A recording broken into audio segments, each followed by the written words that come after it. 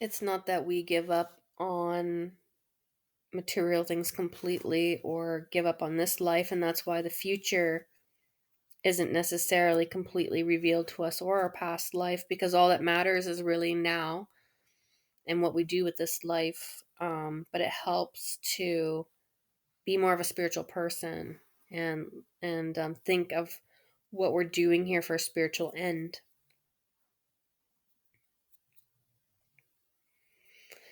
If we invoke a person whose fate is unknown, can we know if they are still living? So, say someone is missing, we can ask if this person is still incarnated or not.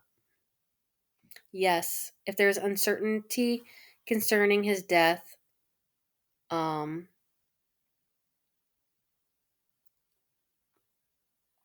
if it's necessary, or if it's not a trial for those who are interested in knowing it. If he's dead, can he tell us how he died so it can be verified? If he attaches any importance to it, he will do it. Otherwise, he doesn't care about it. Experience proves that, in such case, the spirit is not impressed by the motive of interest there may be to know the circumstances of his death. If he wants to reveal it, he does himself. If he does not desire it, then a deceiving spirit can counterfeit him.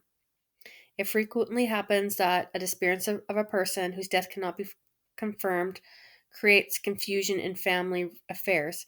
It is only in very rare cases we have known the spirits show the way of um, showing the answers. If they wish to do it, then they can, but it's often not permitted if there's a reason for people who, like family members who want to know, there's a reason for them not knowing, um, a spiritual reason.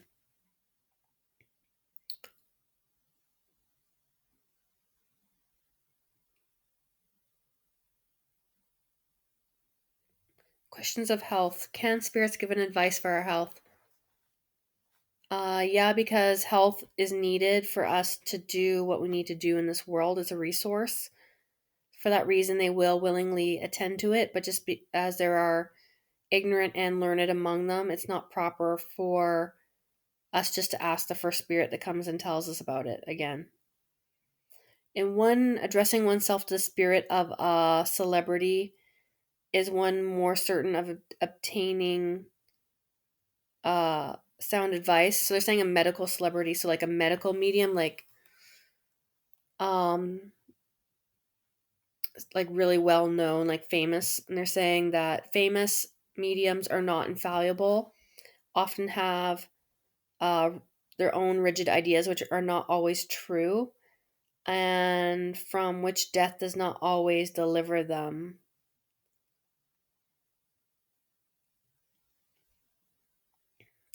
Famousness, if they passed over, or even science, does not make spirits superior.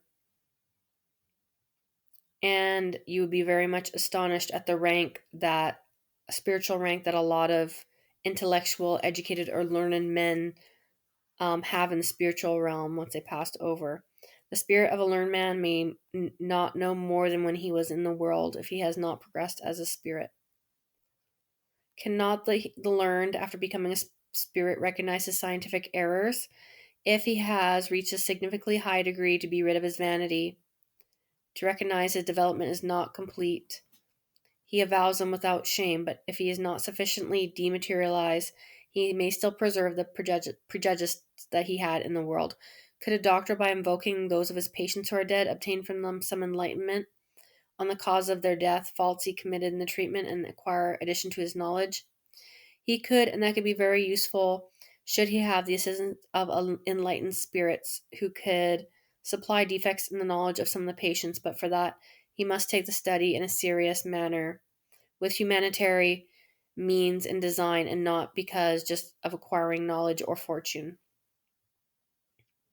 So the spirits favor the altruistic. Why you want to know certain things and how you're going to use information. Questions on inventions and discoveries. Can spirits guide work in scientific researches and discovery? Science must be done by doing work. For labor, man is advanced on his road. It's the only way we can advance scientifically is for us to work at it. Um, because a simpleton could just be a scientific person at that rate by just asking a spirit. Everything also must come in its own time when ideas are ripe to receive it. Um, like we are not supposed to be given certain power or to develop certain technology out of order. God said that we will get nourishment from the earth from the sweat of our brow. And so everything that we progress or create in this world, it has to be done by our own, mostly from our own work. And we must use our intelligence, even if there is spiritual inspiration.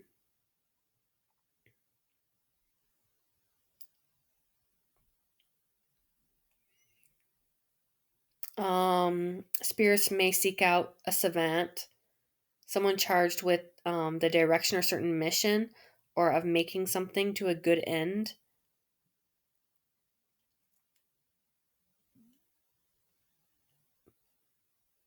Spirits seek out humans who will be complementary or second God's design. Do not allow yourself to be carried away by curiosity or ambition. This is not the end of Spiritism and will only lead to the most ridiculous manifestation.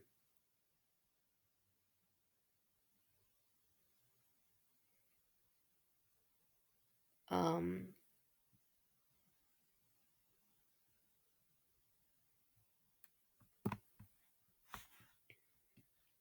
Questions on hidden treasures.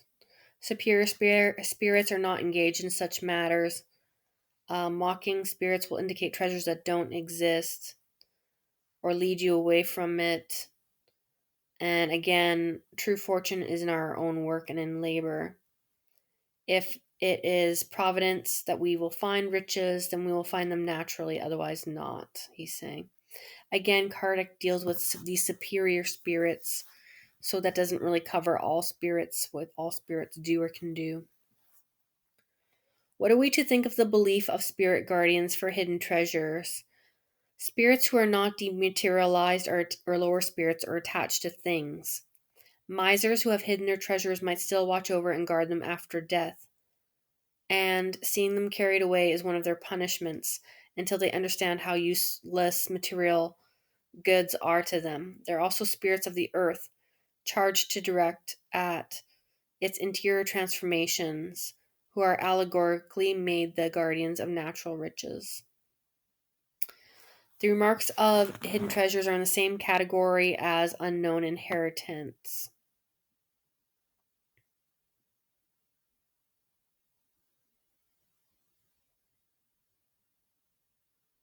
However,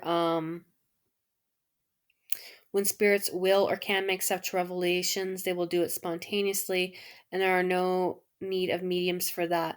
We give an example. A lady lost her husband after 30 years of married life and found herself on the brink of financial ruin without any resources by her stepson, to whom she had been a mother to.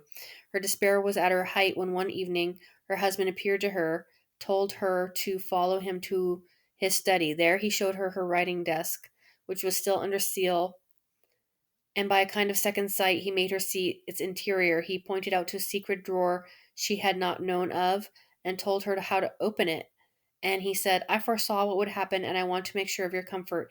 In this drawer is my last will. I have given you the use of this house and a yearly income. And then he disappeared. When the day came to remove the seals, no one could open the drawer. Then the lady told what had happened to her. She opened it as her husband had told her, and there she found the will in exact terms as he had mentioned. Questions on other worlds. What degree of confidence can we place in the descriptions the spirits have given to us of different worlds? That depends on the degree of advancement of the spirits who gave the descriptions. For you must understand that ordinary spirits cannot tell you of these things, just as how an ignoramus in the world cannot describe all the countries of the earth. You ask scientific questions about these worlds that the spirits cannot solve. If they're sincere, then they will speak about their own personal ideas. If they are trifling, they will just themselves by giving you absurd and fantastic descriptions.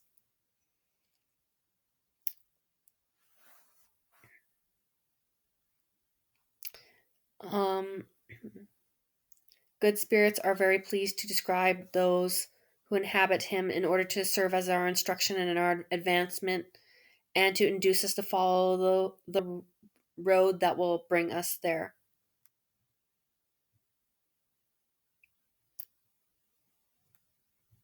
The best idea to have an exact idea of these descriptions is to look at the uniformity or the agreement between the spirit's descriptions that they have given us. But remember, again, they have our moral advancement for their object or for their mission. And so on this, we will be told about these reasons for these reasons, and not just for their physical or geological how something looks. With our knowledge, we cannot even understand it. Its study would not serve our progress here, but you will have knowledge of that place when you are there. Questions on the physical constitution and astronomical elements of the worlds enter into the order of scientific researches, which the spirits ought not to spare you the trouble, otherwise the astronomer would find it very convenient to have him make his calculations, which he would not hesitate to do. If the spirits, by revelation, spare us the work of a discovery, it's probably that they would do so in favor of a savant modest enough to say that he got this from the spirits, rather than to allow people to think that it's his own idea or allow other people to profit by the ends of the spirits' ideas.